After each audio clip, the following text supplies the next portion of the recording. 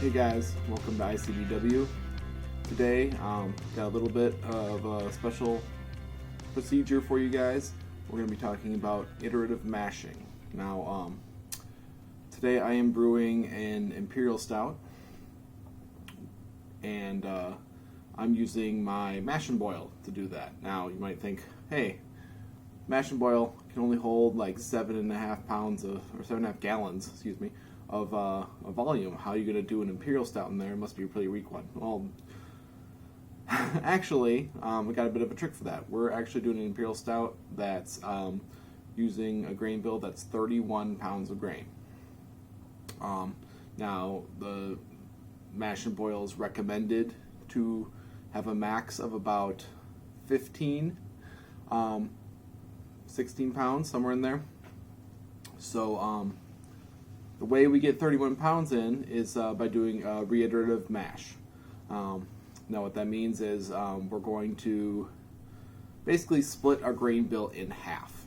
So take our 31 pounds, cut it in half, put 15.5 pounds in one, 15.5 pounds in the other. I'll throw up a quick, in the comments or in a little graphic here, I'll throw up the grain bill real quick so you can see, and I'll also show how we're going to split it.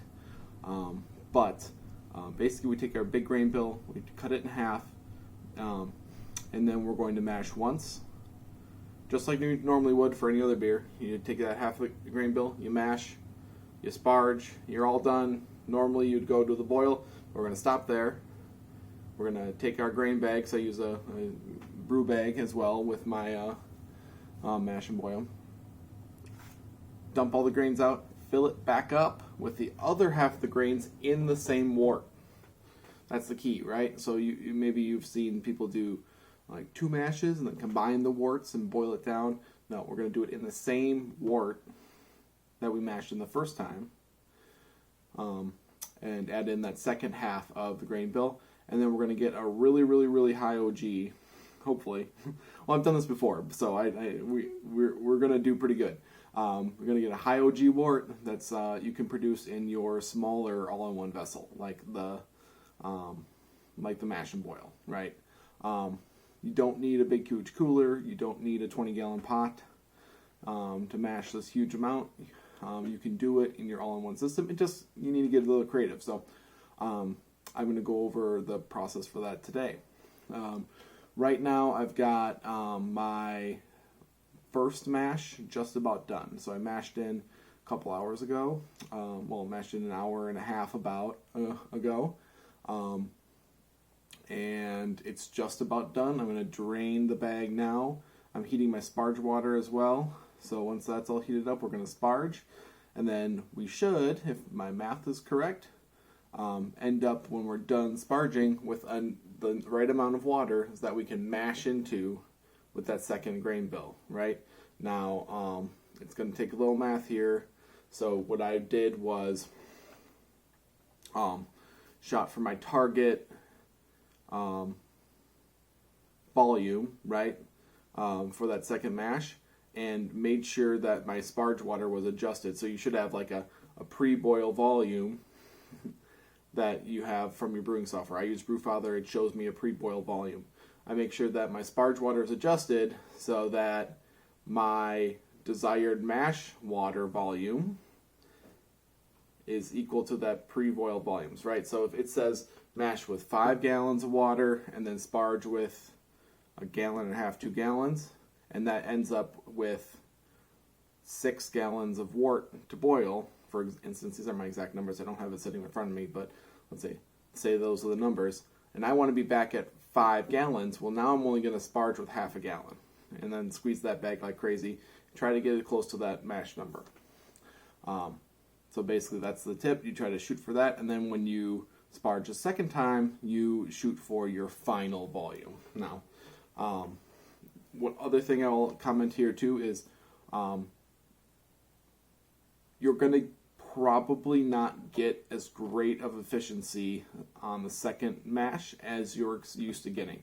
If you're used to doing mashes of like 12 pounds, 13 pounds, 14 pounds for a 5 gallon batch, and all of a sudden your iterative mashing with 15 and a half, 16 pounds, you're not going to get the same kind of efficiency out of that as you would with a normal batch. So make sure you go into your software, adjust your efficiency down a little bit. It's really easy to do with Brewfather. And you can get, I mean, it's kind of an estimating game, right? We're shooting for ballparks. You know, if I'm looking for a 1.12 OG wort, and I get not quite that far, you know, I'll live with it. I'll get my 11% ABV Imperial Stout instead of a 12. You know, it's okay. But yeah, so we're about to sparge and get mashed in on our second mash. So let's get to it. Just finished our first mash. We're mashed out. And you can see here we got everything set back up. There is wort in there, about 1070 wort, ready for the second half of our grain bill.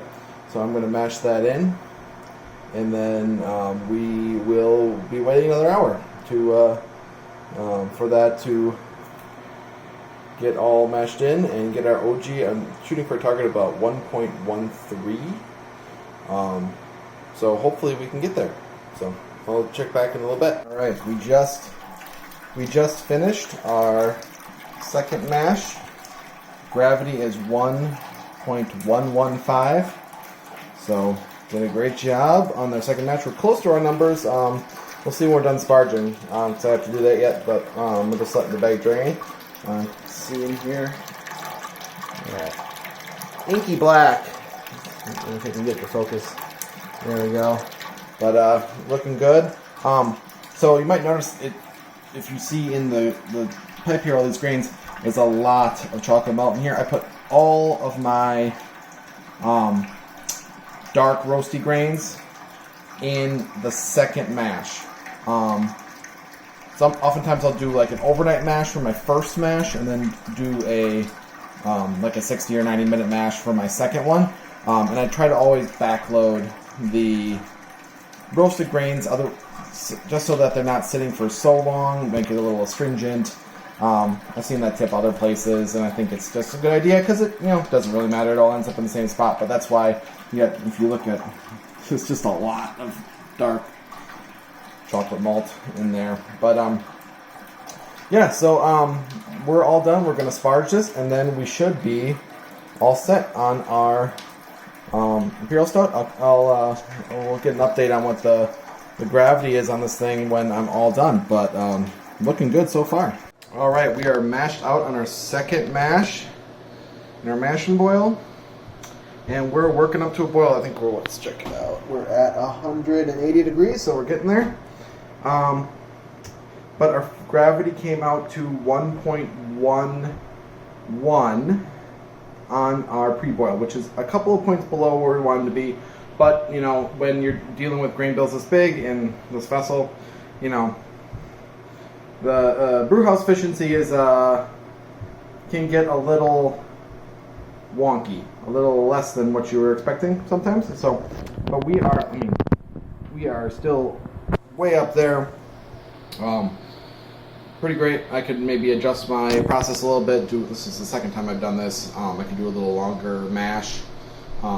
Typically I do it overnight for the first mash, like I mentioned. Didn't do that today. Did it all in the morning.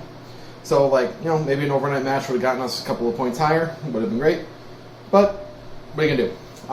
But anyway, this takes a little longer. It's about double your mash time, obviously, because you gotta mash twice. But if you have a smaller system, or you just want to brew a giant beer, Reiterative mash, way to go. So, thanks for watching.